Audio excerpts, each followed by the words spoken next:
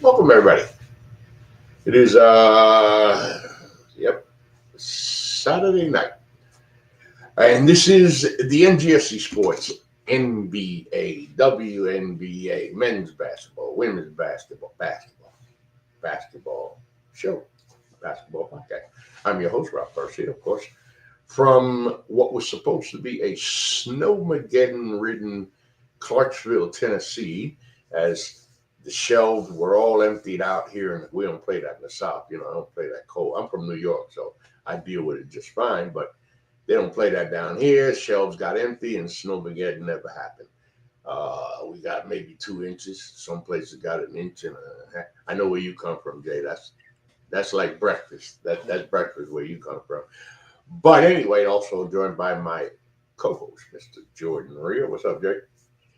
Not much, Rob. I was dealing with a little bit of an actual snowmageddon myself here. I think we got 8 to 10 inches at the end of last week. We got a few more last night, so definitely not the best here in Illinois right now. That would shut it down here in Clarksville. Shut it down. Remember the website, of course, is NGSCsports.com. We catch all of your current content. Log on to the website. Got to get used to my new setup here. Log on to the website, and of course, you'll get. John Ducetti was really busy last night. My partner at NGSC Sports up in UMass Lowell. He was covering, of course, the UMass Lowell Maine hockey, and he did some interviews at the end of the first period, the end of the second period. John, you sound like you knew what you were talking about. He writes up, of course, Vermont Take, no, not Vermont. I think, did I ever refresh the website? I got to fix this. UMass Lowell falls to Maine in Hockey East action. They did lose last night, 3-1. Jordan Rio, that guy, gives us the most powerful player in the NBA right now is Bradley Beal. Very interesting situation we're going to talk about in Washington. Sammy Sportface, of course, Washington guy. Happy like all Washington Redskin, Commanders fans. Sammy gives us why Sportface is releasing same Commandos rap song for the 3rd time in 1 year. I'm gonna say it, Jay. He knows I love him. It's a white boy rapping. It didn't work. All that and more, of course, on NGSCsports.com, where we never stop. First things first. Number one, Happy New Year to everyone out there from NGSC Sports. 4 days ago, January 7th, 2025, NGSC Sports celebrated 11 years. 12 years, 11 years incorporated as NGSC Sports, but we were NGSC Sports before that. This will be year number 12 for us, 13.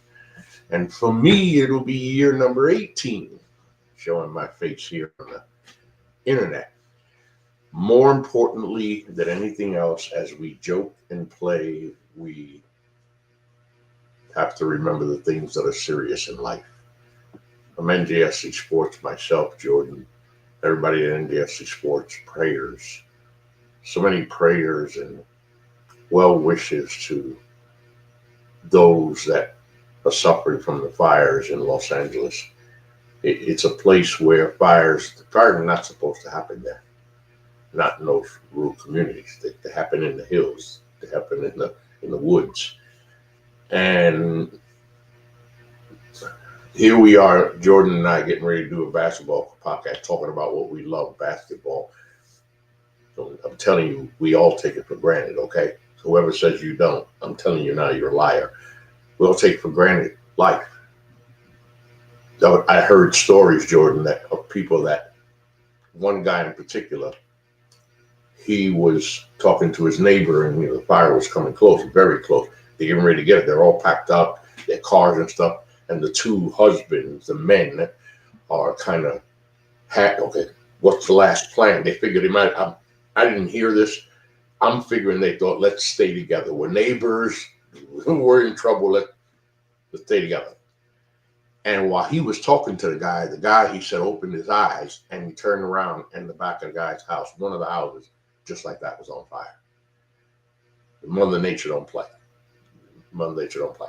I mean, Jordan and I were just joking. A couple of inches in Clarksville, Tennessee. Jordan got 8, 10, and he gets a couple more. Let's be grateful that Mother Nature doesn't really get mad and just decide to go off. Because the joke here in Tennessee, Jordan, is we can have, and I heard this, man, decades ago. Oh, welcome to Tennessee, where you can have all 4 seasons in 1 week. What are you talking about? That don't even sound right.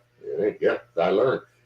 We can be summer on Monday, summer on Tuesday, spring on Wednesday, winter on Thursday, fall on Friday, and back to summer. But Mother Nature, so prayers and blessings, and I worry about that death toll. It's going to rise, but that's not great. But we start the new year. It is NGSC sports. It's NBA basketball. By the way, Jay, I need to be sharing this show. Well, I'm playing around here, although I was talking some serious stuff there first. Jay, it's the new year. Happy New Year, my brother. Yeah, Happy New Year. It is the new year. I need to, how do I fix this? It's locked. Oh, boy. I can only do it on the computer. Welcome, everybody. So, NBA basketball. You know, first thing, Jay got a freaking great agenda tonight. I didn't even, something we didn't even think of, right? But real quick, Jay, you know, basketball is better when I was going to say when so-and-so is good. I didn't want to mention any teams right now. What I wanted to say was, yo, it's crazy how the teams that we've always known to be so good, some of them ain't the only teams that are really good now. So, Jordan Real, you know what I'm saying? We're going to watch basketball forever. We love it. We're going to watch it. We're going to talk about it. One of the guys, Jay, by the way, was asking me, one of the guys in this, when am I going to give this up? I don't know. I'll be 62 in March. I don't know how to shut up. I love sports, so no time soon. But you know how we've been watching. Every time we watch basketball year after year, it's the same teams, right? Basically the same teams. You get a couple of teams, they'll surprise in the beginning or halfway through. There's one. But usually it's the same team at the end of the year, the usual suspect. Man, last few years, and then this year with the emergence, and I'm going to do it right now. Jay came up with this. I thought it was genius, man. We're going to talk. Here we go. NBA team New Year's resolution. What's the thought behind that, Jay? Well, you know, just kind of going along with your typical person, you know, and when the new year comes around, everybody kind of has their New Year's resolutions. And for the NBA, around New Year's is a pivotal part of the season. We're about 35 to 38 games through the season, nearing the trade deadline, nearing about the halfway point of the season. So teams have kind of established everything, their rosters, what's working, what's not. And, you know, once the trade deadline hits, once the All-Star game hits, it's just straight to the playoffs. So for this little stretch here, teams are kind of figuring out, hey, how's the rest of our season looking? And what do we need to do, whether that's adjustments, trades, you know, something personnel related. So there's a lot that every single team has something they need to do this year to. Oh, yeah. Well, even if you're in the cellar. Yeah, even if you're in the cellar, especially. Oh, yeah. It doesn't matter if you're a championship contender or if you're at the bottom of the league. There is something that you can do to better your future. So we're gonna go with Jay's. We're gonna go with Jordan's agenda here. Sweet one, I think, man. And so Jordan gave me a list, right? And he gave me a list of every NBA team, and then he highlighted several that he wants to really talk about. So he starts with the Atlanta Hawks. He actually did it in alphabetical order. I didn't notice that till like the third time that I saw that. I was like, oh, how are we going to do this?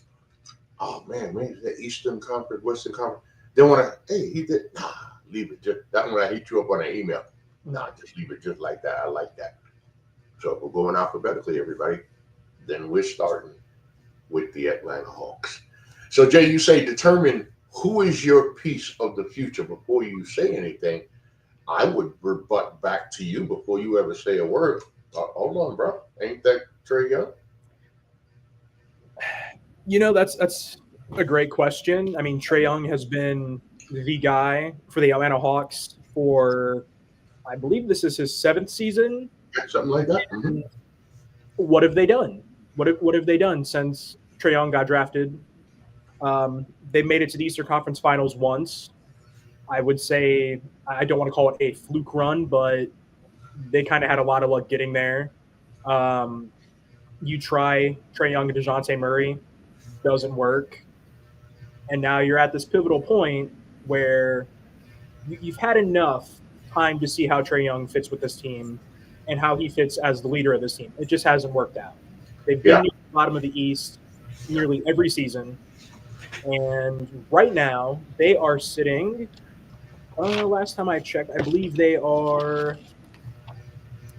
I'm trying to get there myself. They are 9th in the East right now. They're sitting at 19-19. And it's almost like where they've been sitting for so many years, man. They've been a 500 team pretty much the majority of Trae Young's tenure. Who every once in a while might have that little spurt to make it into the playoff and then get... Right. But there are some intriguing pieces on the team that I think might be that piece of the future. And I want to point out Jalen Johnson, Dyson Daniels, and DeAndre Hunter. They're all having pretty good seasons. Jalen Johnson's averaging over 20 points a game. Dyson Daniels came over as a part of the trade for DeJounte Murray. I think he's averaging around 12-ish points right now, but he's looking like a very good player, very promising player. And DeAndre Hunter, he's had some up and down time with the Hawks as well, but he's averaging 20 points per game as well. And, just for Trae Young, I'm not convinced he's a number one option for a team anymore. No. You've seen the criticism he's gotten, and I think there are a number of teams that could use him as a number 2 option. And he may thrive in that number 2 option, but for the Atlanta Hawks, they really need to figure out, who's that piece, because it'll determine the direction they go. Hey, that sounded like a feature team right there, right? Yeah, absolutely. I think if you move on from Trae Young, for example, you may get a couple draft picks, but you have your young star, Jalen Johnson, Dyson Daniels, and then you have those future assets that could be very right. And the next team, not much really to talk about. I mean, the Boston Celtics. NBA champions looking to repeat, and this is one of those years where I'm like, there's so much excitement going around the league, right? So Jay puts here, keep doing what you're doing. And I feel what you're saying, Jay, because why would the Celtics want to do anything else? But they don't want to go to sleep. Is Porzingis going to stay healthy? Was last year, well, can they repeat this year what they did last year? But why do you say just keep doing what you're doing? You've seen a lot of teams win a championship, and then the next season they kind of have a little championship lull, I would say. They're really not performing at the same level. You could say this with the Denver Nuggets last season. Yeah, they finished as the good example. Was it the 2nd seed they finished? I believe they had finished as the 2nd seed. But they just weren't the same team that won the championship. You had lost a piece or two, but Murray wasn't playing at the same level. MPJ wasn't playing at the same level. And you're seeing a little bit of that with Boston. Everybody's still, they're still playing great. You had Porzingis miss a early chunk of the season, recovering from an off-season surgery. But right now, top 10 in both offense and defense. I still see them as the biggest threat out of the East. Okay. And when we get to Cleveland, we're going to talk about it. But, for Boston, they're not doing anything wrong. Right. I was going to say, they're going to be some. Right. They're expected there are to other be teams that will have something to say about it, right? Right. The Brooklyn Nets. The Brooklyn Nets. You said, I like this. Because I had just finished reading a little piece on D'Angelo Russell, right? You know, Russell spoke up recently, basically saying how it was in LA and one man is running the show and talking about, I guess, shot at LeBron. Bro, people gonna do that, right? Then he goes to Brooklyn and he playing ball. And usually a change of scenery would do that, right? But it's been so crazy with the Nets because you talk about a team that had what? Durant, Harden, and Kyrie. And I swear, because I think we started the show back then. When the Nets when they first had that Kyrie, Durant, James Harden, how the hell could anybody not say, oh, shit, what? And it never, not only it didn't pan out, they done just tanked. So Jay said Brooklyn should just sell everyone and get assets. Yeah, they had a little surprising start to the season. It was looking like they were actually going to compete for a playoff spot, early on, but then they kind of started going in the direction they should be. Dennis Schroeder went to Golden State Warriors. Dorian Finney-Smith got traded to the Lakers, so they've already kind of started this. But you look at a guy like Cam Johnson. He's kind of rumored to be one of the biggest trade targets going into the trade deadline, but their asking price, I would say, is a little high. I think they're wanting like several first-round draft picks. But Cam Johnson's a guy who could be a number 3 on a team, a championship contender. And then you got another guy like Cam Thomas. He's had some up and down, stats here and there, but he's another guy who you could, plug in on a bench somewhere or even start on a specific team who would benefit them a lot more than he is in Brooklyn. And you say sell everybody. You say sell everybody. Damn, man. Yeah. Who they gonna keep? What they gonna do? Well, listen, for a team like Brooklyn, your focus is the 2025 NBA draft. If you want to get to the bottom, you got to sell everybody because that's the only way you're going to get to the bottom. And there's some pretty good contenders heading to the bottom right now, I would say. So they're a little bit behind. Yeah. Oh, yeah. That they are. And we now go, whoa, wait a minute. Where'd it go? I had it right here. Hold on a second. I lost it. Here we go. No. Right here. This is a team that Charlotte Hornets. I don't know. I know, right? I know. So you say race to the bottom. Yeah, they're amongst these teams that are going to be at the bottom. They're going to land a top 10 draft pick. There's no way they don't. But, you have a guy like LaMelo Ball. No. He is a young star in this league. He is balling, dude. He's been balling. Exactly. And you saw the first and the second All-Star game voting returns. He's the top guard in the Eastern Conference right now. Yeah, right. In the voting, right. Yeah, he is exciting to watch, and it's just that he doesn't have the help. I know Brandon Miller, he's looking pretty good, so far this season, but, other than that, you don't have much, and Charlotte isn't a free agent destination. It never has been. It never will be, So if you can get to the bottom and land maybe one of these top 5 draft picks in what's expected to be a loaded draft, that may be kind of your way to get into at least the play-in picture. But right now, they need to go to the bottom. Yeah. And another team way past its glory days. But I do remember the sound of your Chicago Bulls. And Jay says, finally commit to the rebuild. That almost sounded, when I read that, I came back and said, damn, Jay, that almost sounded like you insulting your own damn team. What's up with that? Listen, I've watched this entire era.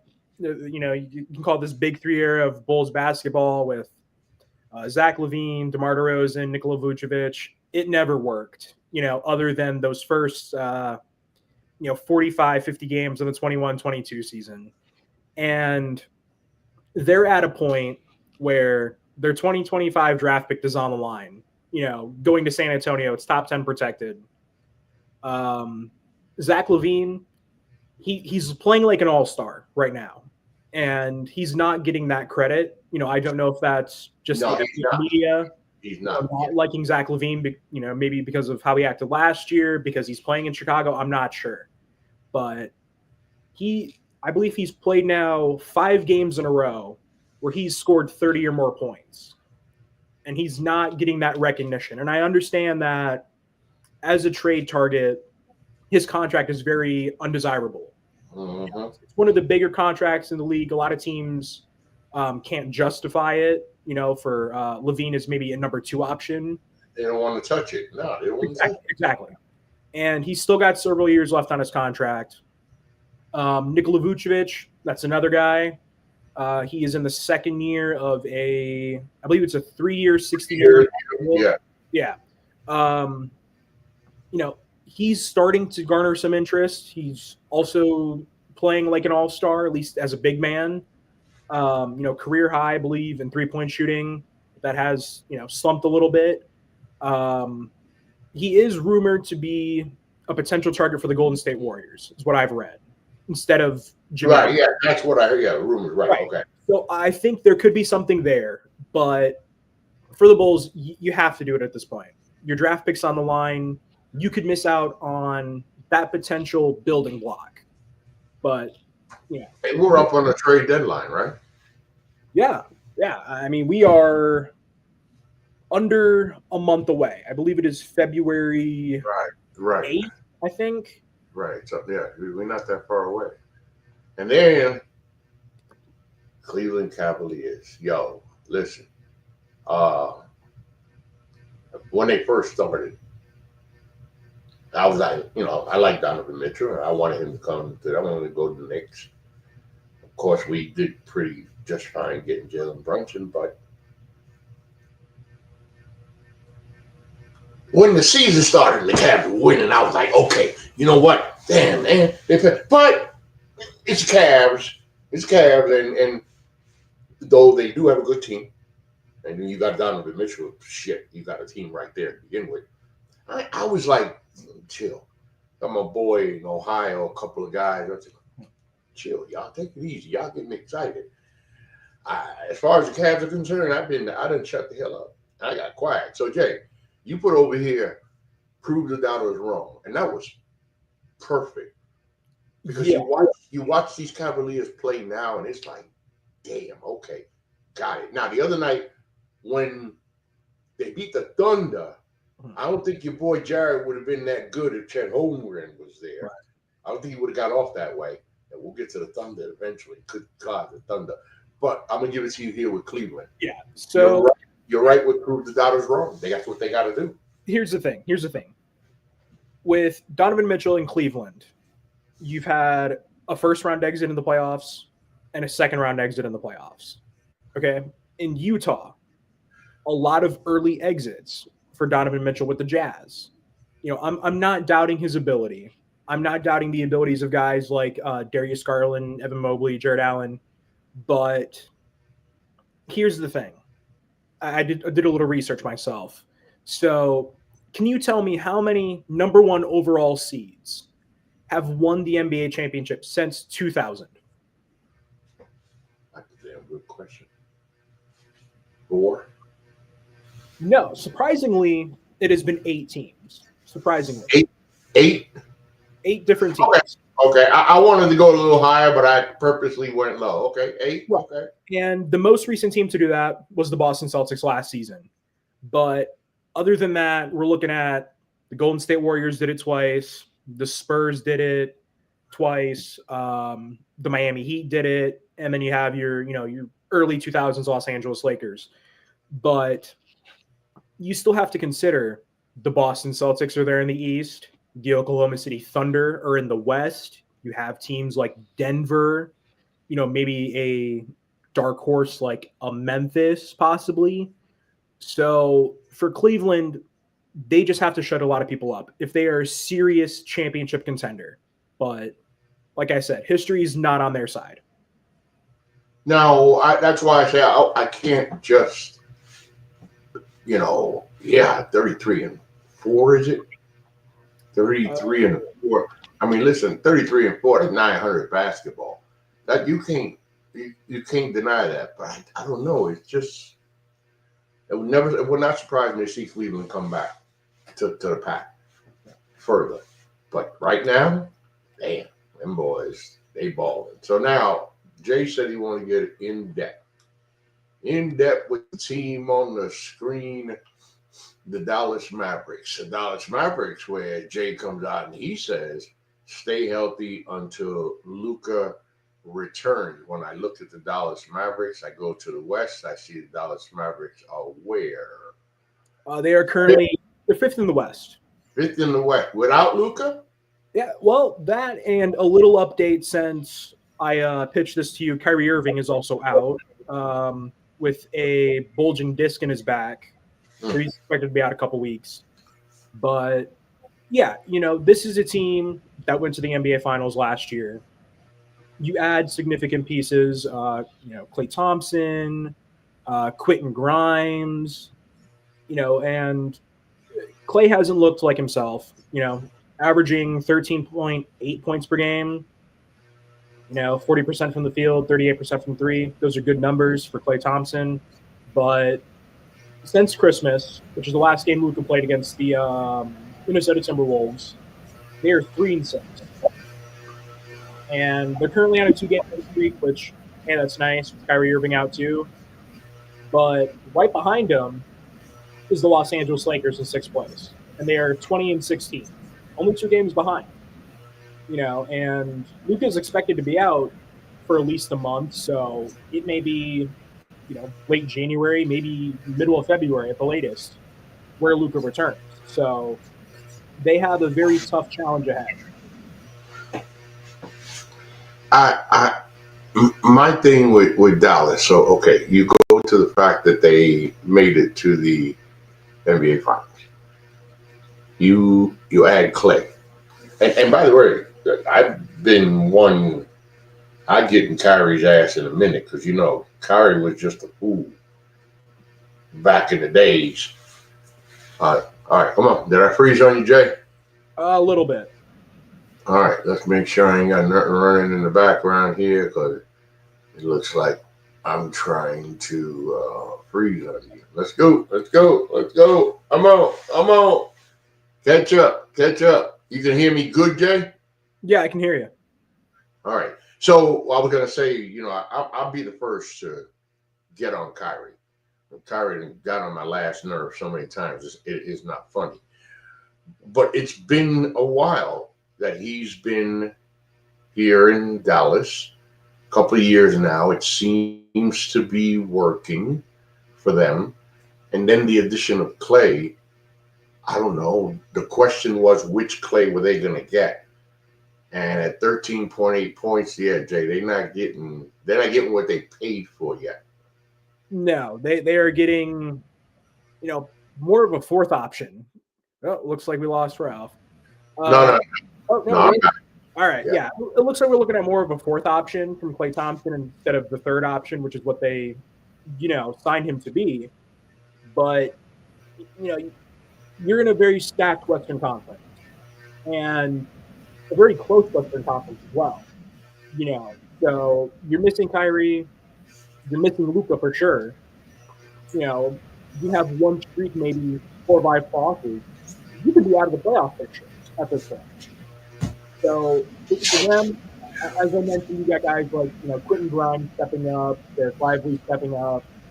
Klay Thompson's had a 20-point game here and there. You really need these guys to be at the top of their game until at least Kyrie returns, and that's maybe a couple weeks. But without Luka, that's your number one option. And this is a close Western Conference. Like I said, one streak, you could be at the top of the West, you could be at the bottom of the West. So, yeah. I took it off the screen, Jay, because I think we're giving every team basically the same amount of love. So we'll continue. I like the way it's going there like that. But yeah, my thing is, I was wondering when they made the finals last year because that's the beauty about NBA playoffs. So you do what you do in the regular season, but when the playoff starts, it's a whole brand new season. Everybody turns it up 3 notches, or at least most players should turn it up 3 notches, or whatever it takes to play. That the Mavericks were able to get to the NBA finals. So it kind of made me feel better about Kyrie. Because it looked like, okay, he's working real well with Luka. Luka's one of those guys you can't afford to get hurt for an extended period of time. Because with Clay coming in, that chemistry is so important. And I think it just hasn't had that opportunity that it should have had. How long has Luka been out, and how long is he going to be out? Yeah, no, I mean, it's been about close to 2 weeks now. Christmas was the last game he played. Right. So, like I said, it could be the end of January maybe, where he's maybe getting back to on-court activities. It could be near the All-Star game at this point. Nobody knows. So many history of injuries he's had, like lower leg injuries. Right. And again, one of those guys you just cannot afford to lose. You just can't. I mean, because as good as Kyrie is, as good as Clay can be, that's another disappointment, because when guys get injured, especially these knee injuries and stuff like that, you get to worry about when they come back, how is it going to work out? Remember when Durant busted his foot up? How is he going to come back? And with Clay, it just doesn't, I don't know. Right. A guy like Kevin Durant coming back from his injuries and putting up basically the same numbers, that's a very rare occurrence. Yeah.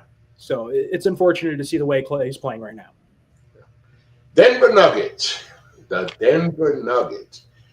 The other night, Russell Westbrook and the Joker, for the second time this year, as teammates, both put up triple doubles. Listen, the fact that I was able to read that first statement, Russell Westbrook and Nikola Jokic became the second player, the first players. For the second time this season, they put up a triple double. Each put up a damn.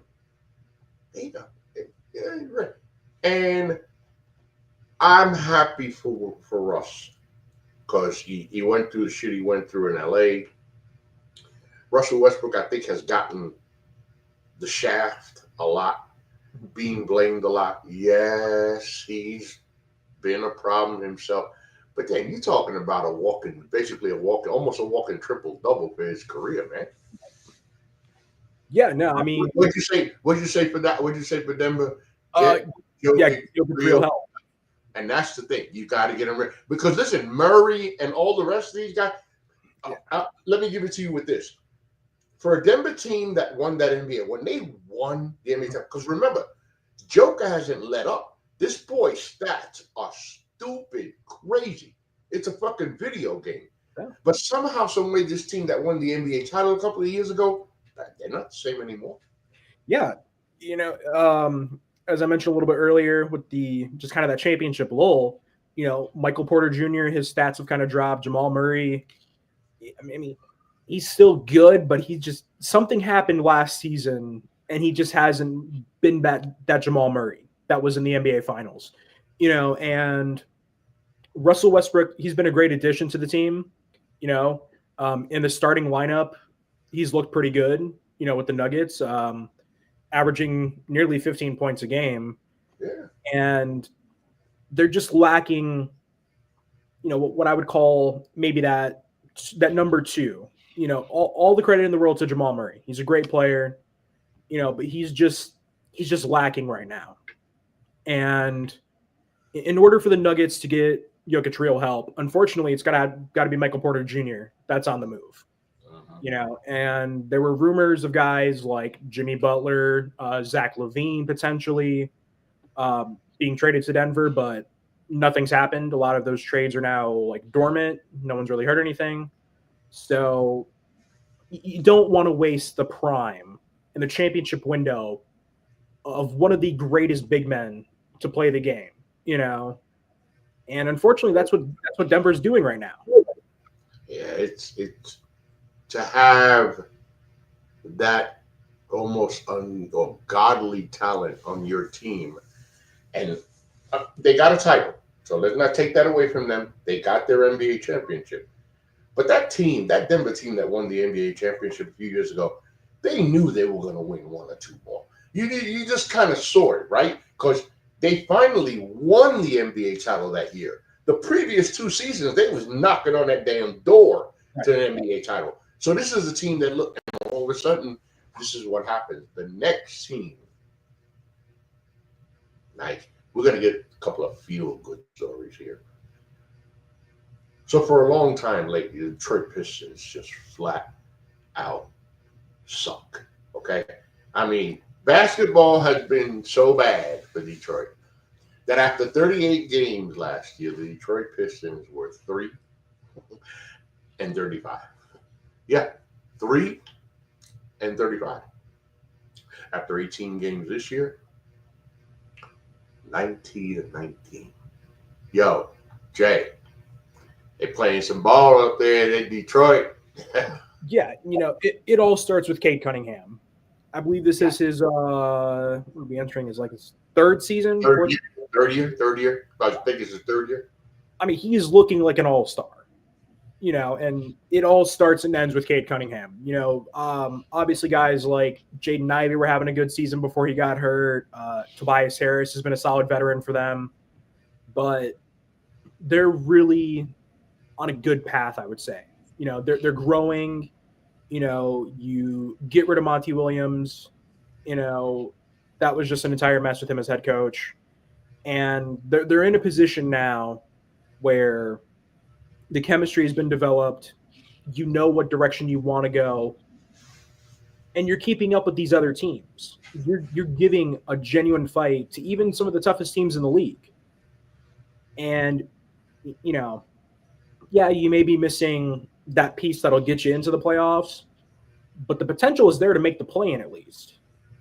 As long as this team can remain healthy and Cade Cunningham continues his all-star season, this is a team that could, genuinely make the playoffs next year. But they got one of the Thompson brothers. Asur, is it Thompson? Yes. Because I was watching some Piston film.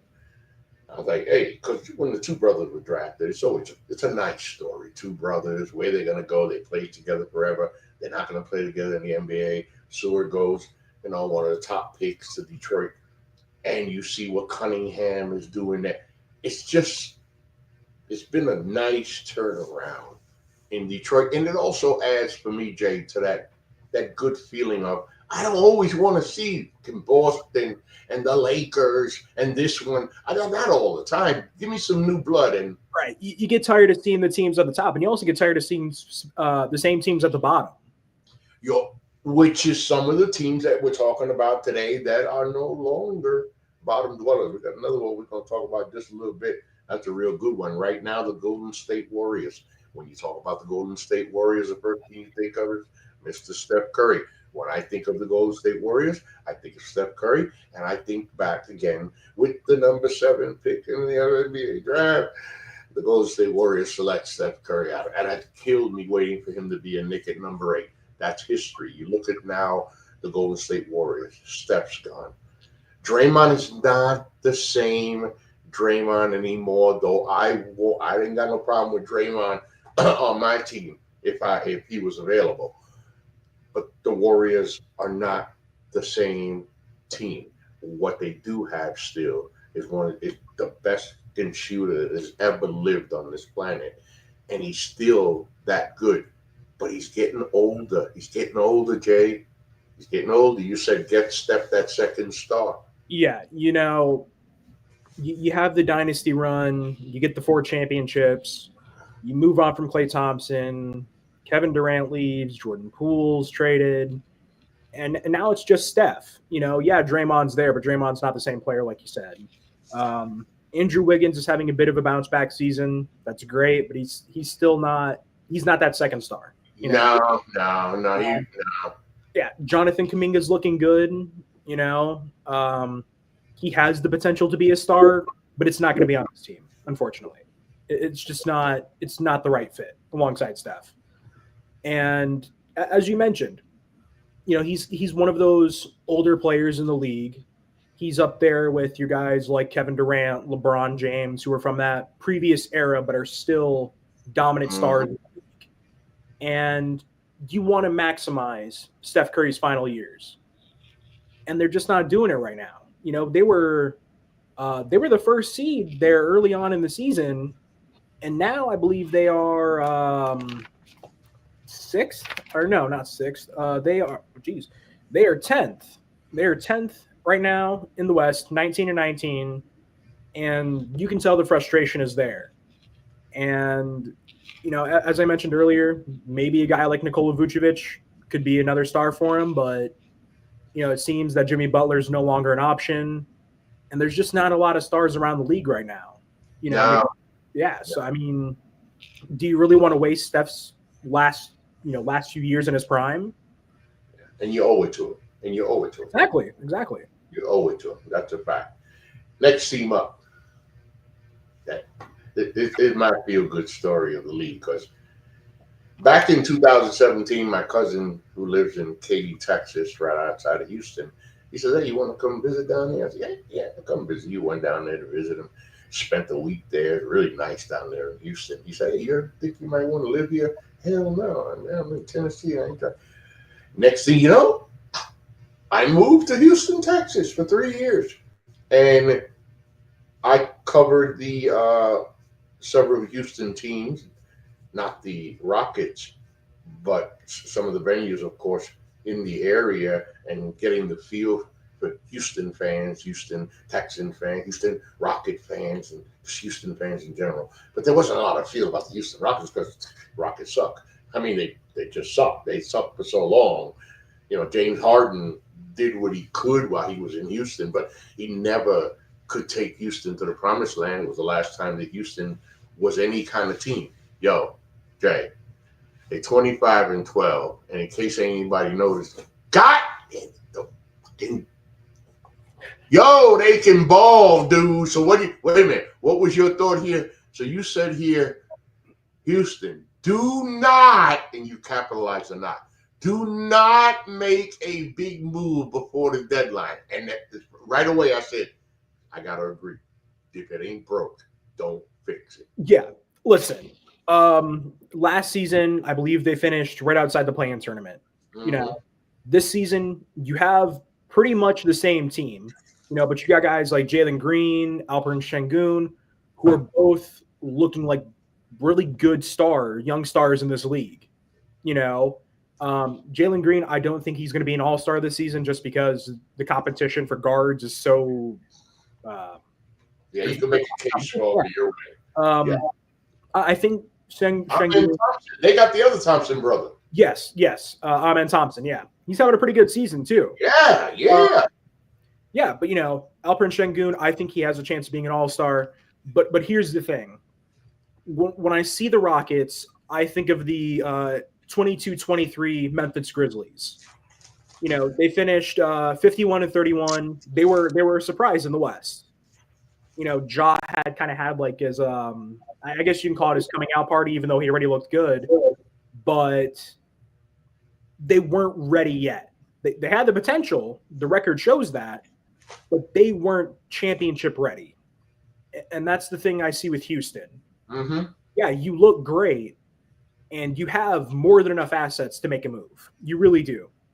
I mean, they've been in rumors for Jimmy Butler, Kevin Durant, and Devin Booker,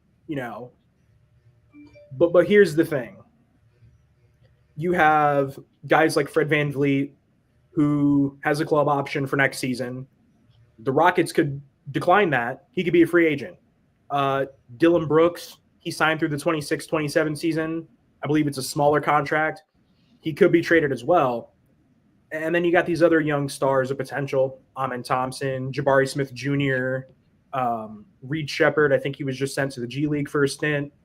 But you want to see what this team can do with this current core and this current roster. You don't want to jump the gun thinking, hey, we could make the NBA Finals if we trade this package for a Kevin Durant or a Devin Booker maybe.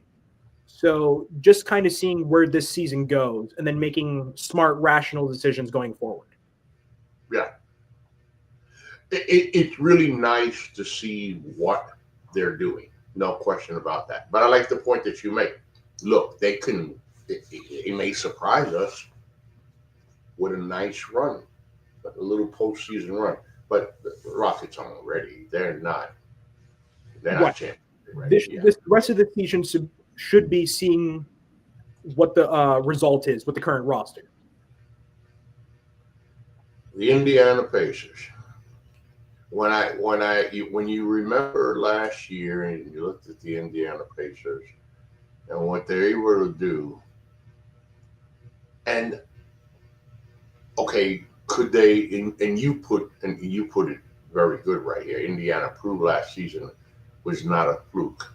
Sitting at what 21-18, I believe they're 3 games or so over 500. I think they're in the 6th. Yeah, they're in the 6th spot. I'm pleasantly surprised that the Pacers are in the 6th spot, and they've done it pretty quietly, Jay. Yeah, well, first going back to last season, they were basically one of the top offenses in the league, really weren't that great on defense, but they go to the Eastern Conference Finals. And yes, injuries, you could say, did play a role in that, especially in those first 2 rounds. But the expectations going forward were pretty high. Halliburton was an all-star, you trade for Siakam. And early on in the season, they were looking off, Halliburton especially. I know he had some sort of off-season, recovering from some off-season injury. He really didn't play much in the Olympics.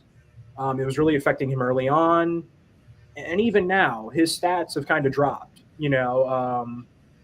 Currently averaging 18.5 points per game, down from 20.1 points per game. And the same with Siakam, dropping down to 19 points per game. But, bottom 10 defense, top 10 offense. That's great, but you need that defense as much as you need offense. But yeah, I don't know how far. I don't know if they'd be able to. With how bad the Eastern Conference looked early on, it's surprising that they're in 6th right now. Yeah, that's what I'm saying. I don't anticipate them holding on to that spot right there. The LA Clippers. Look,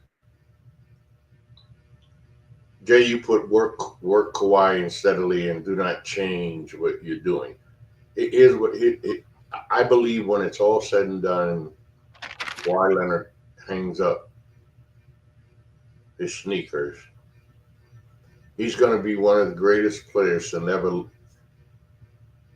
never live up to the potential because of injuries. Because this guy, remember, he won a title with San Antonio. The shot, it's in Toronto, the Raptors, to the NBA Finals, which to me was like, the Raptors are going to the NBA Finals.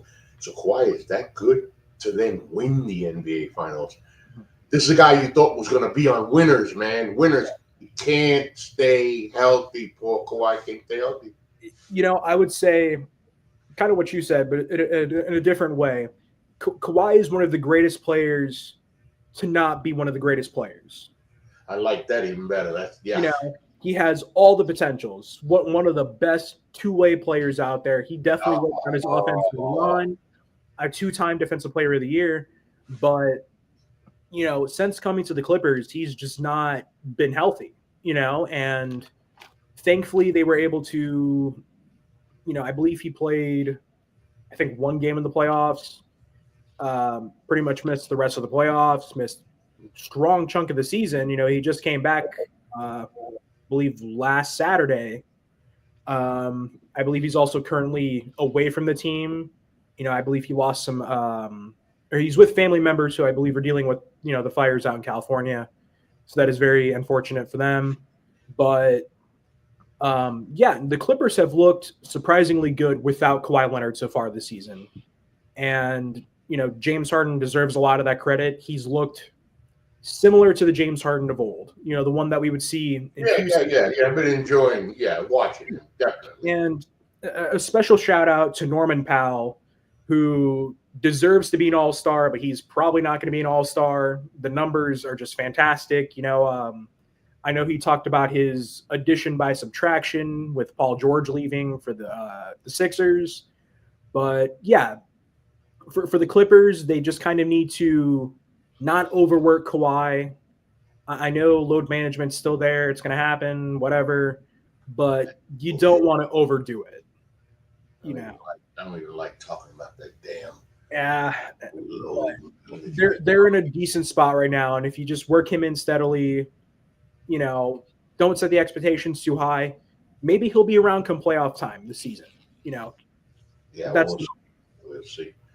Next team up, Los Angeles Lakers.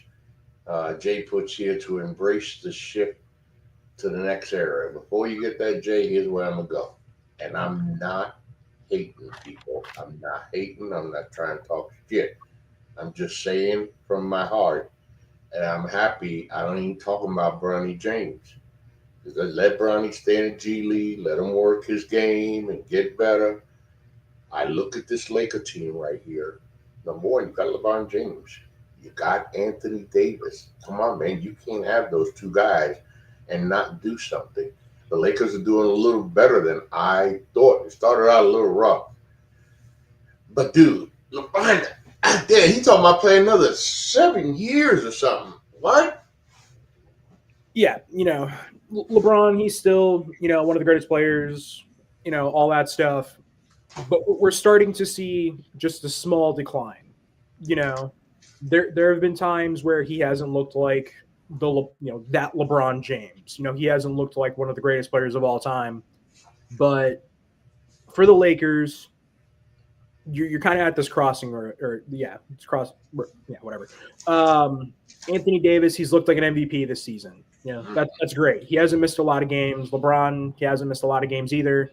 But the stats are coming down. This is not a championship contender, regardless of how well they started the season. Austin Reeves, solid third option, but we both know that if they could, they would trade him for a third superstar. But it's just not going to happen. And yeah, LeBron may play a couple more seasons. He may play 4 or 5. Who knows? But it's just not championship potential anymore. No, that's past now, and I think we can safely say that it is highly unlikely that LeBron James will ever win the NBA championship. The competition is just too good. It doesn't matter if you have Anthony Davis there alongside him. The Lakers just aren't a championship contender. No, they're not. The Memphis Grizzlies stay healthy and out of trouble again. And they're having a good year. Ja Morant, again, is a freaking walking highlight film. But why is it, Jay, that I don't feel Memphis? That's a great question. Ja's had a good season so far. Jaren Jackson, he's had kind of an under-the-radar season. No one's really talking about the numbers he's putting up. But it just kind of goes back to that 22-23 Memphis team I mentioned earlier. They're great. They have the potential, but they're just not a true championship contender. And maybe that means adding, a guy like a Jimmy Butler or, maybe an older veteran who's kind of been to that championship, level. But they're just not there. The competition in the West is too tough. And they may make it to the second round, who knows? But that's when the true championship contenders show up. And I'm not sure that they are. And the great players over the last, 10, 15 years, I'm not going to go one by one name, and you can talk about LeBron. But anyway, you can come up with a lot of names. These guys, because I'm going to go back to Memphis and Ja with this. These guys have shown me why, as a Knick fan. I'm going to be 62, guys. I've been a Knick fan, I promise you, for 54, 55, 56 years. I love my New York Knicks. I love my Knicks. I had to watch my Knicks, my dreams and my hopes of an NBA championship. I knew in 1985, when the Knicks got the number 1 pick, that everyone on the planet knew was going to be Patrick Ewing, it changed everything in New York. I mean, it was like, yo, losing no more. And those New York Knicks teams of the 90s were just, oh man, it was just beautiful to watch them. But there was just this one guy who just wasn't going to let it happen. He just wasn't going to let it happen. And Jay, I'm so serious, bro. Yo, that's right. That tears in my eyes, my man. He just was not going to let Ewing and the Knicks and my team just don't do it. We won't do it. And these players have shown me how great Michael Jordan really, really was. And when I look at a player like Ja Morant, I see him like the move. He's so good. He's so good. But he made that stupid ass move. And then he did it again. And it makes you think. In order to be a winner, one of the things that Michael Jordan did was get in your head. He was like Mike Tyson, right? As soon as you got in the ring with Tyson, you knew, damn, how long am I going to last? Because I know I'm going to get my ass knocked out. These guys don't have that mentality anymore. And a guy like Ja Morant, it's like, I just see that. Miami, we go to Miami. You say resolve the Jimmy Butler situation. I know I'm nodding my head too because I love Pat Riley. Can't have nothing but respect. What a winner Pat Riley is. But like Jimmy Butler's worked his ass off his career. I've always liked Jimmy Butler. I don't think he's being treated fairly. And if Jimmy Butler says, yo, can I get out of here? How about you just show the guy some respect and just go and trade him? Right. And I think there's a lot, to unpack with the entire situation. They've been one of the better teams over the last 5 or 6 years, regardless of where they are in the standings. Come playoff time, Jimmy Butler is at his best. But one, they haven't built a true championship contender around him, and at the same time, Butler's reputation has not been the best. You look at how he exits Chicago, how he exits Minnesota, the issues with Philly, and some people aren't surprised that this is how his tenure in Miami ends. But at the same time, I think the Miami Heat organization has not handled it the most. No, I don't think so. Yeah. You suspend Jimmy Butler 7 games. What was that the correct reaction? I don't think so. I think that's maybe more of a behind closed doors thing, but. And what purpose did it serve? It served no purpose. That's the thing. It served no purpose. It makes the organization look bad, and it doesn't help anybody. But, you have all these rumors. Oh, the Warriors are interested in him. The Grizzlies might have interest in him. The Lakers, the Phoenix Suns, Houston Rockets, blah, blah, blah. A lot of these trades, they're unlikely to happen in the first place. The assets aren't there. The money's not there. Jimmy Butler, he's 35. And he says he's a max player and wants max money. That's where I was going to go, Jay. Is Jimmy Butler, for another NBA team, for a contender, is Jimmy Butler what Jimmy Butler thinks he is? Because Jimmy Butler can ball, but Jimmy Butler ain't the Jimmy Butler he was anymore. And here's the thing. A lot of people like to bring up Paul George's contract. He's 34, signed a 4-year, $212 million contract. Is he a max player anymore? I don't think so. He's averaging like 16 points a game. Yeah. But to add that superstar to Joel Embiid and Tyrese Maxey, you're going to have to pay up. Yeah. But, as I mentioned in my Bradley Beal article, the Phoenix Suns may be the best destination for Jimmy Butler, but it's not going to happen because of Bradley Beal. There's no trade clause. He would prefer a place like Miami, according to some reports, but Miami doesn't want him. And there's also reports from The Athletic saying that the Heat are waiting to maximize their return on Jimmy Butler when the guy's a free agent this summer. What are you doing? that you're going to maximize it. You got to do it now. Exactly. So, other than that, Tyler Hero's having a good season. Is he the number one guy on this team? No. No. He's really having a good year. I like. He's Right. really, really matured into a good NBA player. Yeah. But this team just is not. It's not a championship contender, unfortunately. Jimmy Butler, I do not think he's a max player at 35. I mean, he may be one of the better played players, but with the new CBA, how teams are built right now, that money is unlikely. But crazier things have happened. Another team who won an NBA championship not too long ago, who you for sure figured was going to win another one, maybe even back-to-back, was the Milwaukee Bucks, where Jay says work around the edges. So you got Dame, Giannis, Middleton, except Middleton ain't Middleton anymore.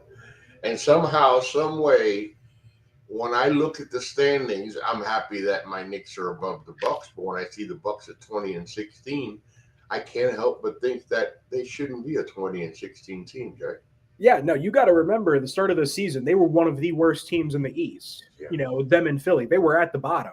Yep. But they have been able to turn it around, but they just don't have enough around Dame and Giannis.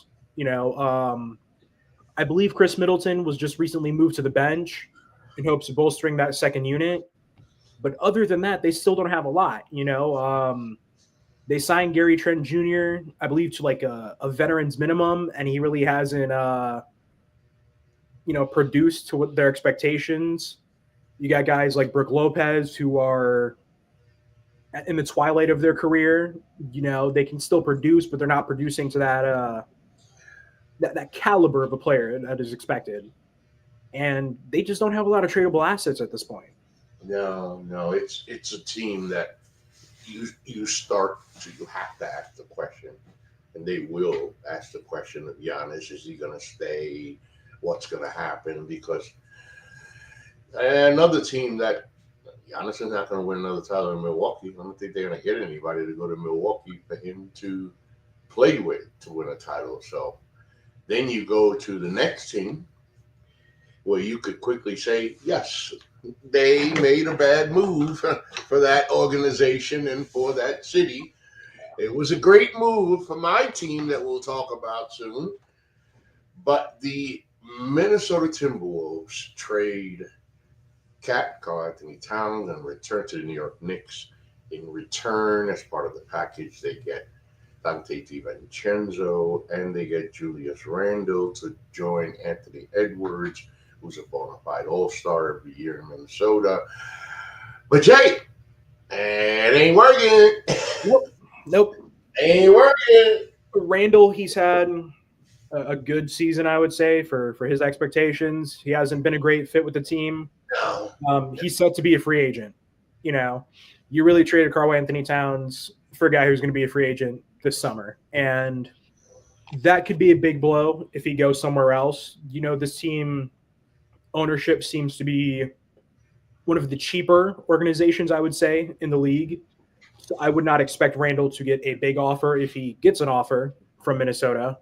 And then, you got guys like Dante DiVincenzo, who looked great on the Knicks last season. And like Randle, he's not a fit. The stats are down. The field goal percentage is down. He's one of those guys that would be better on any other team right now because it's just not a fit in Minnesota. And when you have, I would say, a top 10 player in the league in Anthony Edwards, you do not want to waste their championship window. Because, yes, they did make the Western Conference Finals last year. Yes, you did trade your second best player. But that's a guy that other players are going to want to play with. And right now, they're honestly failing him. My question is how long Ant is going to want to stay around Minnesota. Minnesota ain't one of them cities where you say, gee, there's a lot to do around here. So I can hang around here for the next. No. So I'm wondering how long that's going to last. And then you go to the next team. Whew. New Orleans Pelicans. Jay says, move on from Ingram and Zion. So here, let me say this, Jay. If we were all given just 10 wishes that somebody would make or something would make come true, I know that this wish would not be in my top 10. But if I could fit this wish in, boy, I'd be looking for one of the real things and 10 things I want to toss aside for this wish. And that wish would be to ban Zion Williamson from playing in the NBA for the rest of his life. It is. You talk about somebody who has rubbed me the wrong way. Because listen, NBA players, college players, it's only a small percentage of humanity that gets to play this game. And even a smaller percentage of the population on the planet that gets to play in the greatest league in the world, the National Basketball Association. And Zion Williamson came from Duke. This guy was a monster. He was a black Greek god. This boy was going to come into the NBA and light it the up. And all he's done is stink the whole. Jay, don't get me started on Zion. Listen, Zion was supposed to be the next face of the league when he came. He missed the plane the other day. Somebody better. You need to take him out. He got suspended for that. You need to take him out. Here we are. Here we are with the New Orleans Pelicans. They're 8-31, bottom of the West. Okay, Zion's played 7 games this season. He don't want to be there. He doesn't want to be there. Exactly. He don't want to be there. There's a time where you have to admit it's just not working out. And for New Orleans, they haven't done that. And it is very obvious that it is never going to work out with Zion in New Orleans. It could be me, but Zion didn't give me the impression he ever wanted to be there from the moment they drafted him. Exactly. And you can tell from the sentiment amongst the fans, they can see this too, but the organization will not admit to it. And it will keep them where they are until that contract ends. It's hard to admit such a big mistake, Jake. Exactly. Even with your clauses in the contract that, we could just release him at any point. They're not going to do that. No. Any general manager with a brain would know they're not going to do that. Not a guy like that. You're not just going to release like that. Exactly. And they just need to cut their losses. It's never going to work out. See what assets you can get for him. And for Zion Williamson, young man, if for some strange reason you get to watch this podcast and this section of the podcast, bro, let me say something to you, okay? I feel you. There are rumors you wanted to play with the Knicks or whatever. I would have loved that if you would have came. But you get paid a lot of money and you got a big ass contract. And don't ever lie to yourself, but try not to tell anybody else that you earned your contract because you ain't done jack shit. You now have the opportunity. Eventually, you're going to have the opportunity to do something about your legacy because this is going to be about your legacy. Because right now, your legacy, Zion Williamson in the NBA, is nil, nothing. All we know you as weak, a guy who clearly showed he didn't want to be in New Orleans. And I think it's hard, Jay, because when a player, an NBA draft, right, it's almost like, shouldn't a player get the option to say, well, yeah, okay, but I don't want to go to that team? Because they don't have any control. I got to go to the team that picks me. And he had to say, yeah, I'm going to be a Pelican. When you could see in his face, Jay, he was like, I want to be in this motherfucker, man. No, he wanted to be in front of the cameras. Right. And it's unfortunate. It kills me about these players, man. You got Zion. You got Ingram, who doesn't want to be there either. He's set to be a free agent. Yeah. Do you really want to let him go for nothing? But that's their decision, I guess. CJ McCollum, apparently New Orleans is open to trading him. He'd be a valuable veteran across the league. Dude, I forgot McCollum was there. That's how irrelevant they are. I forgot he was there. Damn. And That's a lot of talent to have to do nothing with, because that they've shown nothing with that time. But yes, I am. And you know what? I hate to say it. I hate to be one of those people, but if you're at the bottom of the West, do you really want to see the New Orleans Pelicans land a guy like Cooper Flagg and possibly have a repeat of this situation with a young superstar who does not want to be there? And I was just about to say that. And we don't know Cooper's mind, but I'm going to go ahead. I got a couple of dollars right here on the desk. I'm willing to put them on bet whatever that Cooper Flagg don't want to go to New Orleans, okay?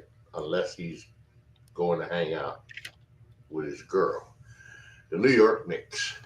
Look, man, it's been a fun year. It feels so good. When I think about my New York Knicks, I know I got a team. We got a team. It is one of the best teams in the Eastern Conference.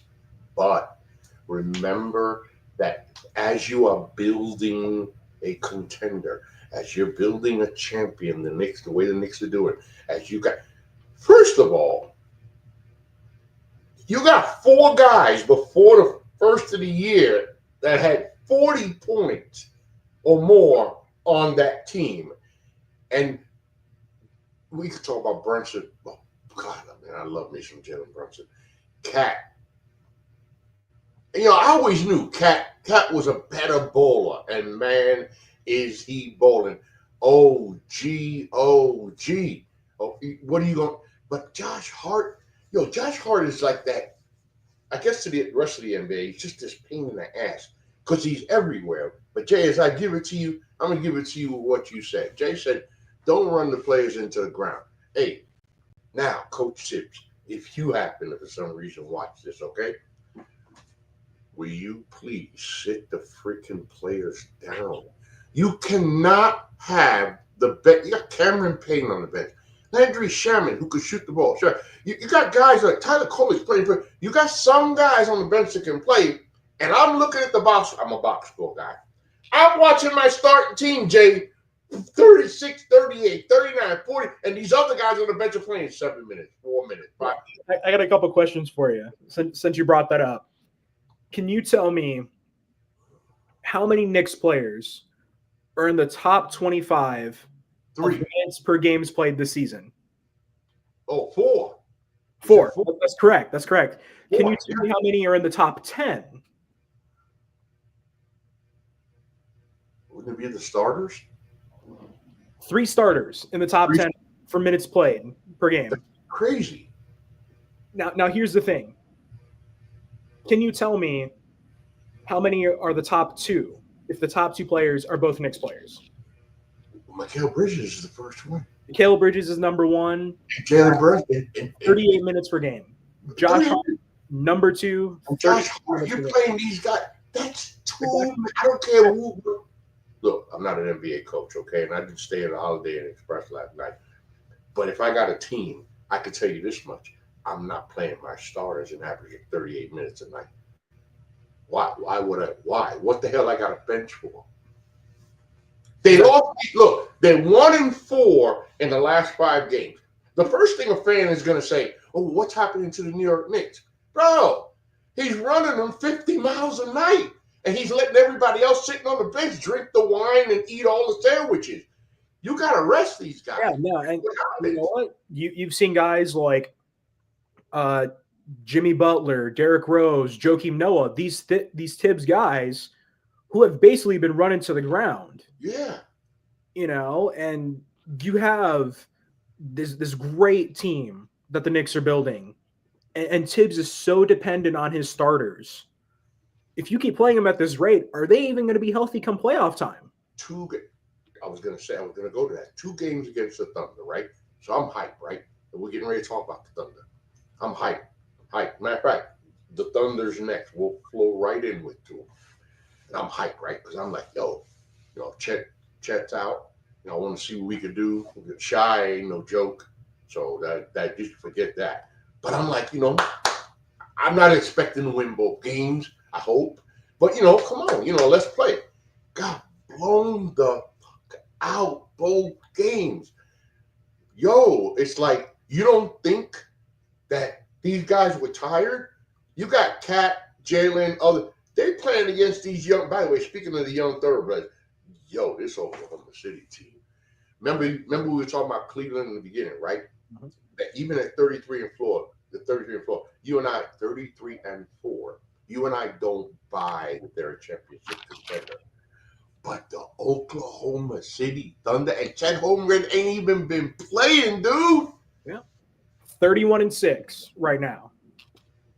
And I know we may mention the MVP race later, but Shai Gilgeous-Alexander is having another career year. I mean, he is just... You pick anybody else for MVP right now. Look, I need to take you to the woodcheck. You stupid. That boy is ridiculous, man. Yeah, you saw just the crazy jump from the 22-23 to 23-24 season for this team. He just blew up out of nowhere, man. Exactly. And this season, they're even better than last season. You add your small pieces, Isaiah Hartenstein, Alex Caruso. You got all these great young talent on basically rookie contracts. So you have all the flexibility in the world to compete for a championship. And for them, it's just about staying healthy. You mentioned Chet Holmgren being out. I believe he's been out since I think it was like early November, if I'm correct. They've been fine. Like I said, 31-6. Isaiah Hartenstein has kind of fit right in there. Coming back while Holmgren's been out. And I knew he was going to be a hell of an addition once he showed up and played himself into game shape. And when Chet Holmgren comes back, and they already have that chemistry with Chet. Oh, wow. Right. Wow. No team is going to catch up to the Thunder. No. That's the number one seed in the West. Yeah, that's already been decided. Right. And this is a team that, like I said, I could see them in the finals come June. I don't know if there's a serious contender in the West that could take down the Thunder in a 4 games, in 4 games. There's nobody in the West that's going to stop the Thunder. No, exactly. I don't see it. Can the Cavs make it a Cavs Thunder? That would be an interesting series. I don't think that the media and the TV is going to like an Oklahoma City, Cleveland, County NBA final. No, they're not going to like that very much. But I think the Thunder are ready, man. Right now, Chet's got to get back. He's got to get himself into game shape. And like you said here on the agenda, they got to stay healthy down the stretch. Right. If they stay healthy, and then Chet just comes back and just goes right back into weight. Oh, man. Health is the only thing that would stop them. That is the only thing that would stop them. Dangerous ass team. And speaking of health, the Orlando Magic, Paulo Banchero, he comes back, has a good game. He was gone. Injuries have just been hammering them. And they started out real good this year, Jay. Yeah. No, this has to be one of the stranger teams in the league, I would say. Just the number of teams they've faced. Yeah. You have Paolo Terzo-Oblique, I think just a couple games into the season, he just came back. Franz Wagner, who basically stepped up in Paolo's absence, was playing like an all-star, should be an all-star. Terzo-Oblique, he's expected to be out for at least a month, possibly end of January, maybe February. And then you got guys like Mo Wagner towards ACL, Jalen Suggs with the back strain. And then you just have all these other role players with these small injuries. But they've been able to keep up with it. They really have. They played better than you would expect with these injuries. Exactly. 22-18 currently, 5th in the East, 19-15 without Paulo Banchero. That's pretty good. Franz Wagner. Listen, regardless of if he's able to play or not, Franz Wagner is an all-star. Man, yo, I was like, I seen him in college. Hey, he's gonna be he going to the NBA. He'll be a backup, decent little guy. He'll give some minutes. Dude, he started having a couple good games. I was like, yeah, right. Yo, he's for real. Yeah. 26, 6-6 in 20 games without Paulo Banchero. Crazy. I never saw that coming. And there were people who said, this guy doesn't deserve a max contract. No, I didn't even know if he would last in the NBA. I didn't. Yeah, no, if they can survive these injuries and just stay in the playoff picture, as we mentioned earlier, Indiana is 21-18.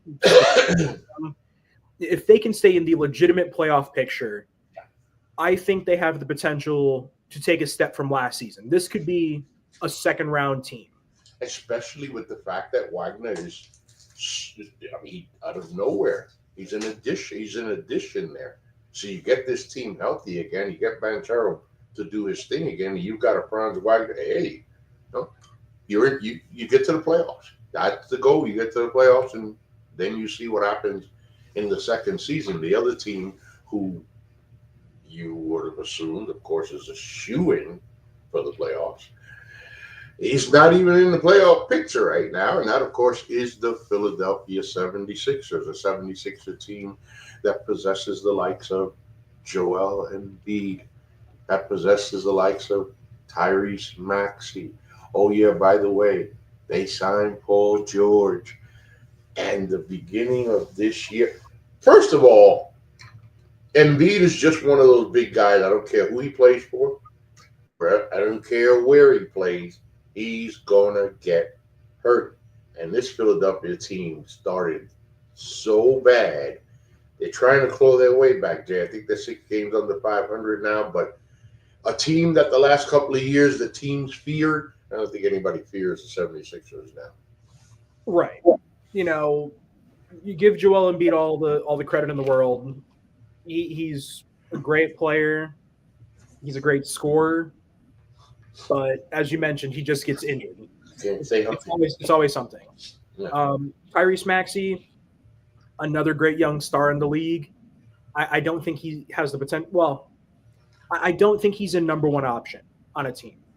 I think as a number 2 option, yeah, I could see that. But he's not the leader for this team. And then you have Paul George.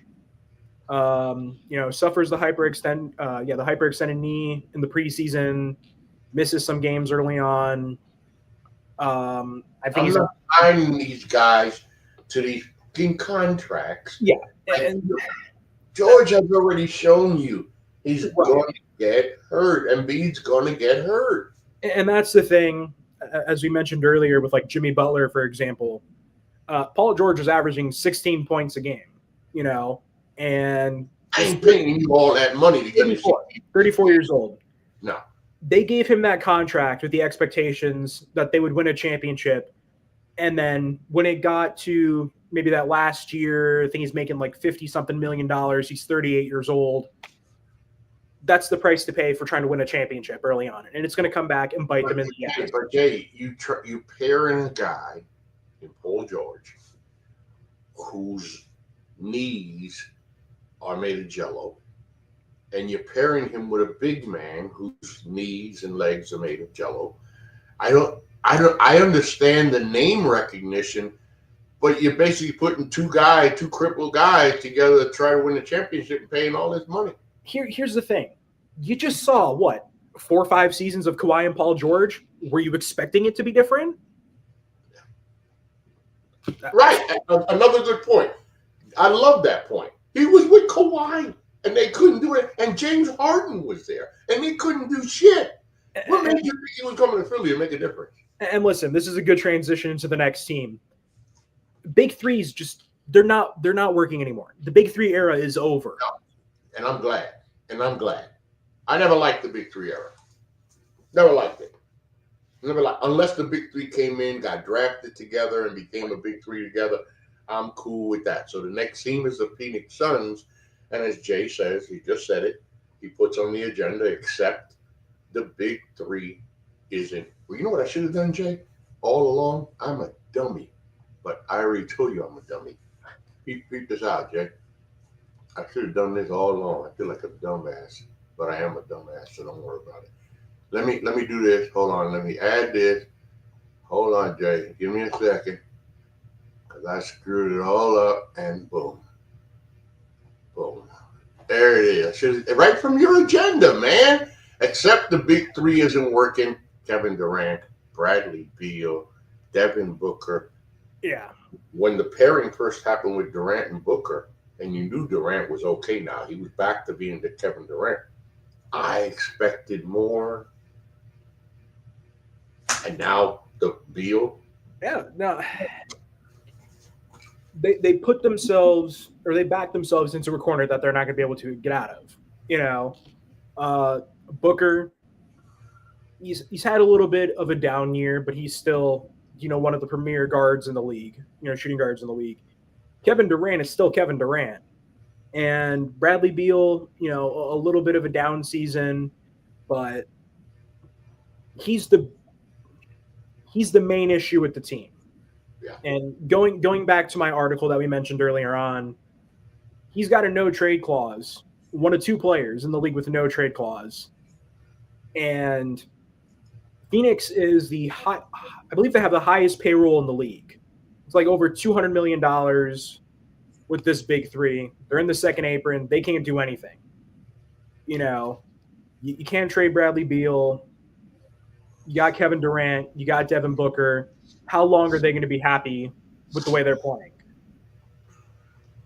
Only two no trade clauses, right? Only two no trade. In other words, there shouldn't be any no trade clauses on any contract in the NBA. Because I got the right to say I'm tired of your ass and I'm trading you. But Bradley Beal finds himself in a situation here. First of all, Bradley, I'm sending a lot of messages out today.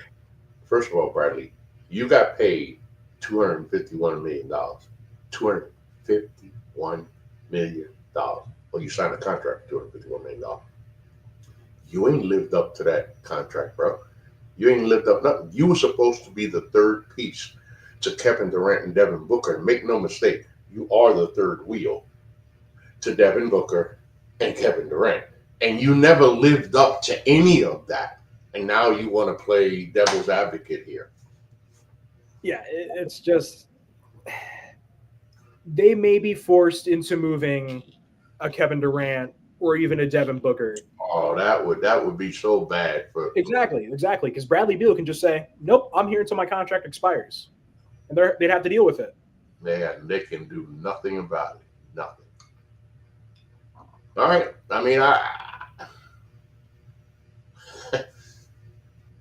again, a big three, like you said, a big three that isn't working. Yeah. And it's just unfortunate. You saw what Devin Booker went through in the early years with the Suns, and exactly. And here, nothing's come of it. The Portland Trailblazers. Jay says move on from the vets to get assets. Now, I'm going to make a confession to you, Jack. And I hope you don't get surprised when I tell you this, okay? I don't even know who the hell plays in Portland.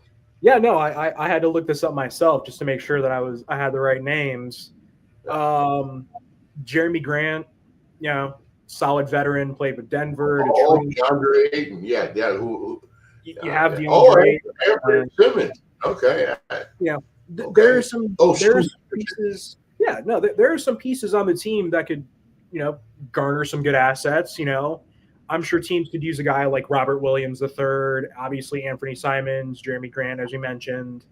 But you do have a lot of young pieces that you need to put more focus on. You know, you got guys like Scoot Henderson, Donovan Clingan, I believe. Yeah, Donovan Clingan there. He had a couple of good games. You're one of these teams that's expected to be towards the bottom of the league, 13 and 24, 13th in the West. Your focus should be on the future. You know, you're a team that's could be in the race for a guy like Donovan Clingan or Dylan Harper, Ace Bailey, you know, and trading these guys, these veterans, that could land you some future assets that could help you build around these potential young stars if you're able to draft them. But, you know, for now, they're just kind of stuck with the team. And like you said, recognize who you are, okay? You're not a top tier team. You're not a playoff team. You're not going to make any impact whatsoever. Do you want to just stay this way and they stand pat and do nothing? Or do you want to try to build your franchise for the future and set it up for the future? And you might as well. You might as well. That's why you drafted a Scoot Henderson type so that you could do something with him. Let's see if you. It's a lot of work. It's a lot of work, Jay. Next up, the Sacramento Kings move on from at least one of their stars, Fox, DeRozan, or both. Hey, another big three. Sabonis, Fox, DeRozan. You watched DeRozan deeply in Chicago. I like DeMar, but it looks, although he still can hoop, I think he's lost a step or two. Aaron Fox is just the boys. But it's something when you look at these three when they put them together. And at times they've shown what they can do, but another big three experiment that never worked out. Yeah, and De'Aaron Fox and DeMar DeRozan, they're similar players in how they move. Obviously, Fox is a lot faster, a lot younger, but when it comes down to it, they're from the same archetype, And Sabonis, one of the best big men in the league, very underrated, undervalued, But look, they're 19-19. They're ninth in the West. They could lose 2-3 games. They could be 12th place. That section of the West is so close together. And, you fire Mike Brown. That's unfortunately how the league goes. Yeah. Coach of the year. I didn't like that. Yeah, a year or two down the road. And like I said, that's just how it is. Coaches are usually the first guys to take the fall. You have Doug Christie as interim head coach. They're 6-1 since the firing, but it could be luck. It may not be 6-game win streak. That's pretty good, but you still have this De'Aaron Fox situation looming over the team. I know Mike Brown's firing kind of took the lead news for the Kings, but when you have Rich Paul come out and say, hey, we're talking with the team to discuss what you guys are going to do to help build a contender around De'Aaron Fox, basically. He hasn't signed an extension. Maybe a move down the line is possible. Yeah, I was going to say maybe he has no intention of signing one. Right, and it seems to be a theme with players who are signed with Clutch Sports. They tend to be in the basketball media more than any other player. It seems like, hey, maybe Rich Paul's doing some work on the side to get this more out there, the story's out there and everything. So it's a very uncomfortable situation. Definitely has to be for the players. And like you mentioned, DeMar DeRozan, he's still a good player. He's on the other side of 30 at this point. He's still averaging 20 points per game. But is he a winning player, especially in Sacramento when the West is so stacked? And if he is, it's not in Sacramento, unfortunately. Sacramento finds himself, of course, in ninth position currently. And play in arena. So I don't know. And it's just unfortunate, but that's how the West is. Victor freaking Wembanyama. Hey man, like the last guy, I look at Wembanyama. Okay, so he made me think of Ralph Sampson. When Ralph Sampson came out of the University of Houston, he was drafted number 1 overall by the Houston Rockets, and tall, lanky guy. And they tend to be that way. 7 guys, 7'2", 3, 4, 5. There's only so much they can do. Holy shit, man. Victor Wembanyama can shoot jumpers, fadeaways, turnarounds, threes, floaters, and don't let the boy raise his hand. His shot is unstoppable. You can't. He's 7'4". He's like 10 feet in the air. Love what the Spurs are doing.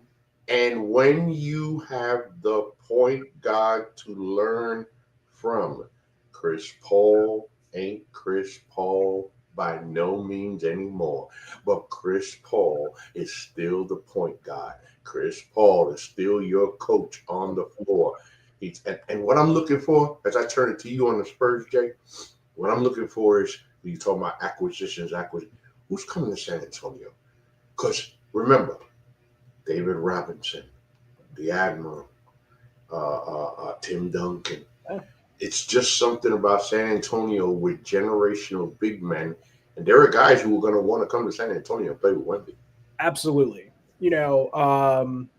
Expectations were already high for Wemby coming into the league last year, had a great rookie year, and he's obviously built upon that. And then you mentioned guys like Chris Paul, one of the best point guards ever, and yeah, he's far from the CP3 he was even a couple of years ago, but that knowledge that he can pass on to guys like Devin Vassell, Stephon Castle, CP3 may be a guy that could, maybe transition to the bench, maybe in a coaching role at some point, but as you mentioned, players are going to want to play with Wembanyama. Yeah. And San Antonio should be looking at some of these guys who are frustrated, like a De'Aaron Fox. Right. Maybe like a Trae Young, maybe. You give Wemby another piece or two. Oh, man. Right. They are there. They are, I believe they are not. They're 11th, I'm sorry. Okay, no, they're 11th in the West, but they're only 2.5 games behind the Lakers. Exactly. 6. They're right there. And when I look, that's what I meant to say. And when I look at the Spurs and you look up in the standings, you see the Phoenix Suns. We don't know what's going to happen with Beal, and they should be better than 18 and 19. You have the Golden State Warriors. We talked about the Warriors. It's Steph Curry. He needs help. You've got the Sacramento Kings. We just went through the Kings. We went through the Clippers. Then you have the Timberwolves. What I'm getting at, the climb for San Antonio from 11 to 7 to Minnesota, which right now is only 2 games, is talent-wise and the way the teams are playing, it is very possible you can see San Antonio make that leap from that spot up there. Absolutely. And this is a team that you should see have a similar trajectory to your Rockets and maybe your Thunder if you're lucky. If you can find a piece to put next to Wembanyama that could take you from, maybe 10th this season, maybe your 5th or 6th next season, a solid playoff contender. But they just need that piece, and you want to keep Wembanyama happy. The last 3 teams we have tonight, Jay just doesn't have anything good to say about, and rightfully so. The Toronto Raptors, Jay says, keep heading towards the bottom. Some people might say, damn, bro, that's kind of cruel. Listen, they're 8-30. Okay. They suck. Exactly. I mean, can't be more honest than that. RJ Barrett, Scotty Barnes, Emmanuel Quickly, those are going to be your key foundational pieces going forward. That's clear. But you're still lacking pieces, and there's really not much you can do. I mean, you're not going up in the standings, that's for sure. You have a veteran or two that you can move. I saw Jakob Poeltl, Kelly Olynyk. Those are guys that you can maybe get, a second-round draft pick for if you're lucky, just kind of role players. But, you just got to go for the bottom. It's not there's nowhere else you can go. And, being a Knicks fan, I like RJ Barrett. Of course, Barrett gets to go home to Canada. Things are not working out the way he would like, but Barrett's having a good season there in Toronto.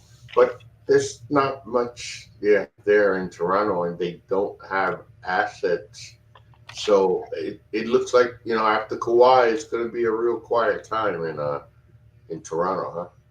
And then there's the Utah Jazz. Jay says, keep going where you're going, to the bottom of the league. Yeah, unfortunately, another team that's just better off going to the bottom. I mean, They're just about there. exactly. I mean, they both got them in New Orleans. Both got 8 wins. You know, another team with a couple pieces that might be valuable around the league: John Collins, Jordan Clarkson. But you got to Not much there. Not much there. I mean, maybe a second round draft pick or two, maybe a team looking for some expiring contracts. But Lauri Markkanen, is he your foundational piece? I know you signed. He was one of the names several years ago, being floated around the league. Will he leave Utah? They even talked about maybe the Knicks might get him, and I was excited then. But another guy who's not what he used to be. He had that great All-Star season a couple seasons ago. He's taking a little bit of a dip. I believe he can't even be moved this season. I think he signed around August 8th, so he wouldn't be able to be moved until the offseason at the earliest. And then you got a guy like Walker Kessler, who could get some attention around the league, was getting attention around the league. But from what I've seen, he's unavailable from Utah. So, again, just go to the bottom. I mean, not a free agent destination. You're better off trying to build through the draft. No, you're right. And the last team that we want to talk about, basically, they're last in alphabetical order. And even though they're not at the bottom of the league, yes, they are. They're actually the worst team in the NBA.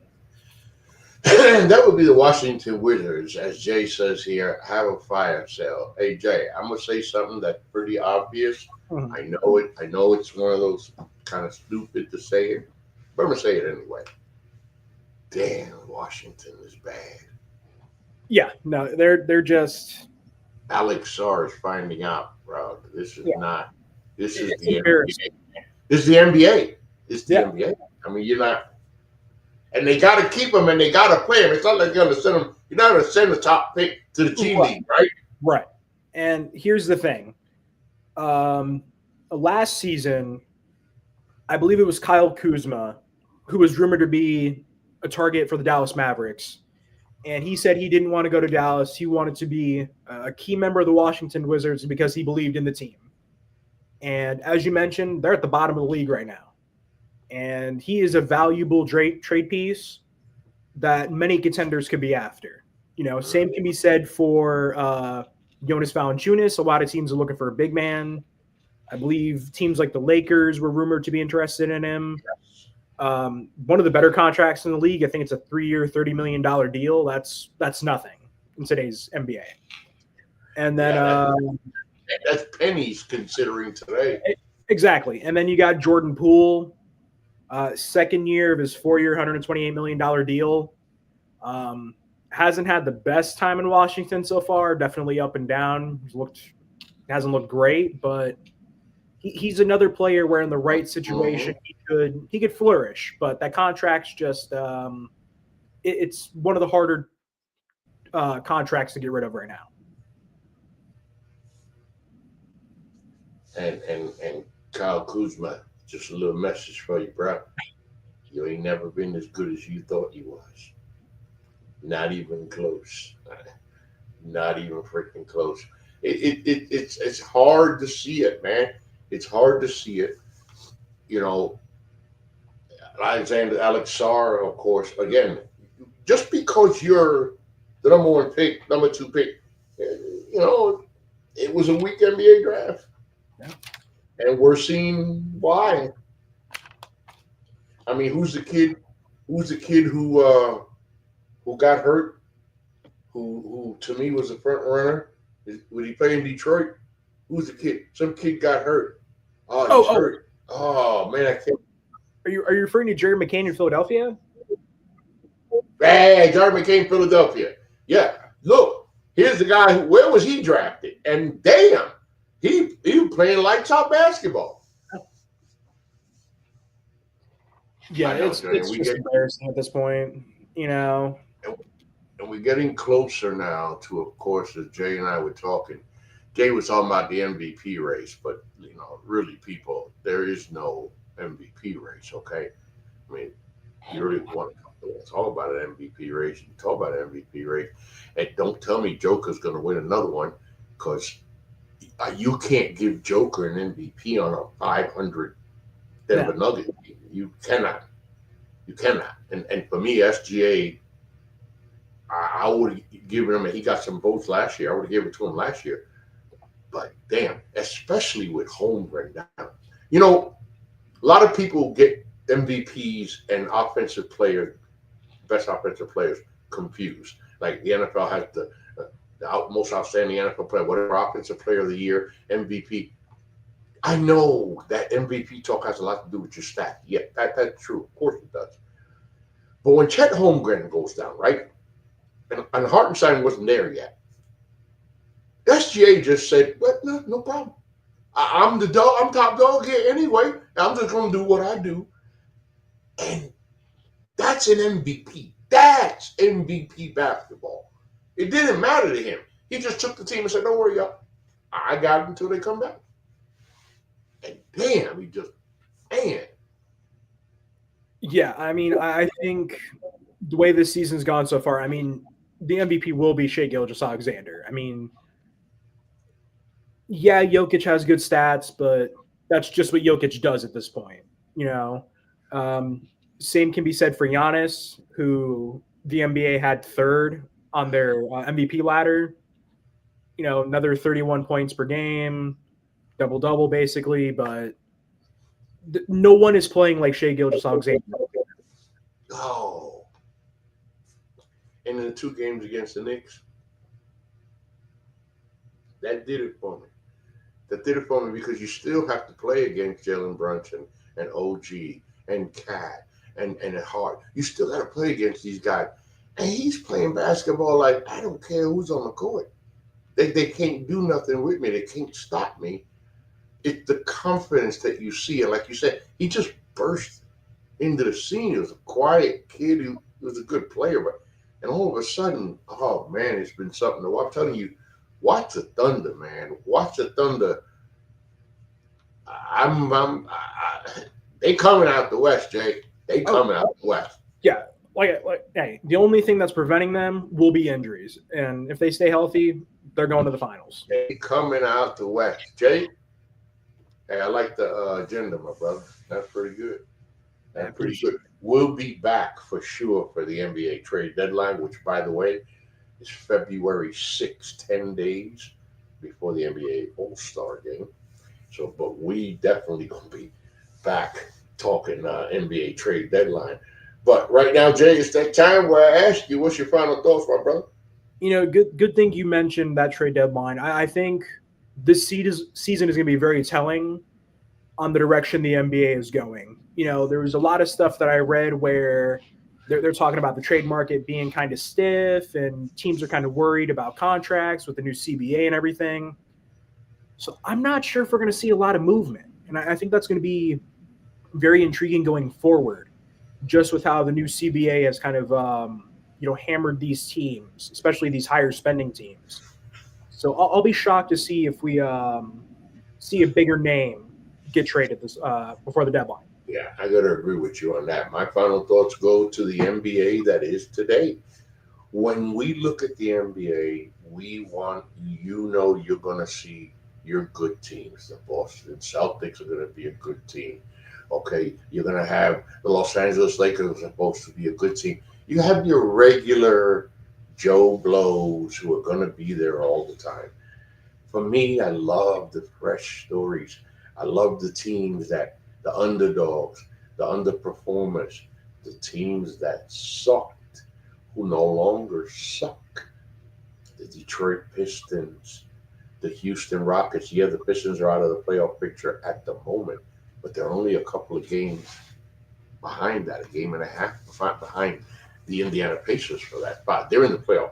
Excuse me. I'm talking about in the top 6. That's how good the Pistons are the Houston Rockets, man. If it wasn't for the Oklahoma City Thunder, they'd be the best team in the freaking West. And sometimes they play like the best team in the West. To see that, to see the Orlando Magic playing the way they're playing. I mean, that's what makes basketball so. But yeah, I'm a Knicks fan. Oh, my Knicks will kill everybody. But it's just good to see and you mentioned something. It's a new era, guys. Try to remember LeBron and Steph and some of these guys, they're on their last legs. The league's in good hands. You see these young boys? Yeah, they're going to keep, it's something. All these decades watching basketball. I remember watching Rick Barry take a shot, his foul shot that he shot underhanded. Mm-hmm. I don't even know if I ever saw another NBA player that shot his foul shots underhanded.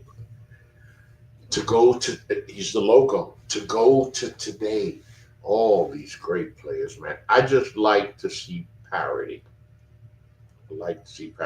So go Cleveland, go Oklahoma City, go Houston, go Detroit, go Orlando. But in the end, go all of y'all.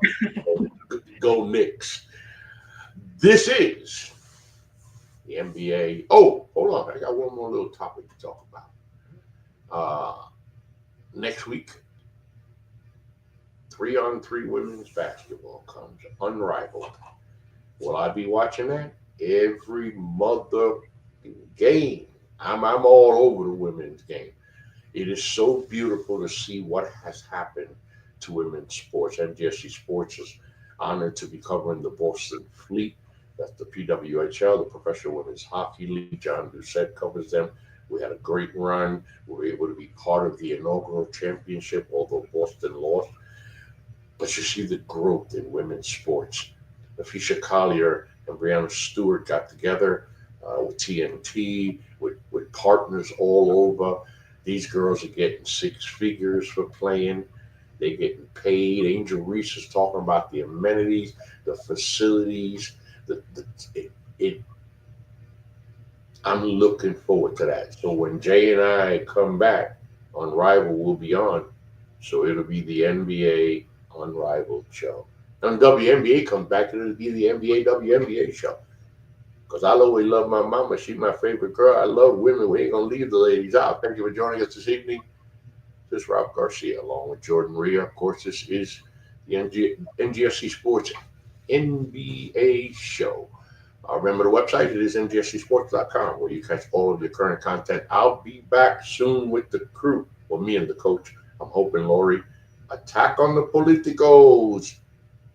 In 9 days, Donald John Trump will assume his position as the 47th president of the United States of America.